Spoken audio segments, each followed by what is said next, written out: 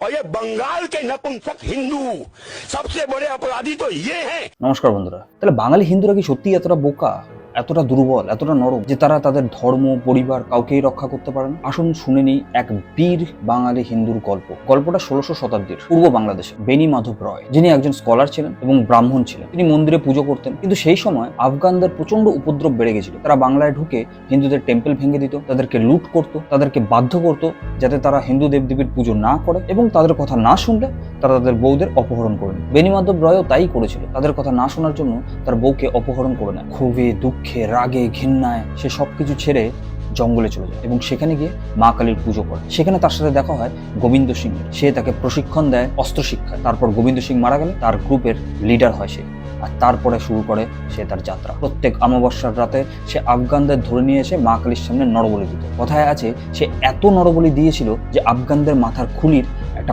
পাহাড় তৈরি হয়ে গেছিল। আফগানরা এত ভয় পেত, সে যে দ্বীপে থাকতো তার পার্শ্ববর্তী এরিয়াতেও তারা যেত না। আফগানরা তাকে পণ্ডিত ডাকাত বলে ডাকতো। কে বলেছে বাঙালি হিন্দুরা ভীতু?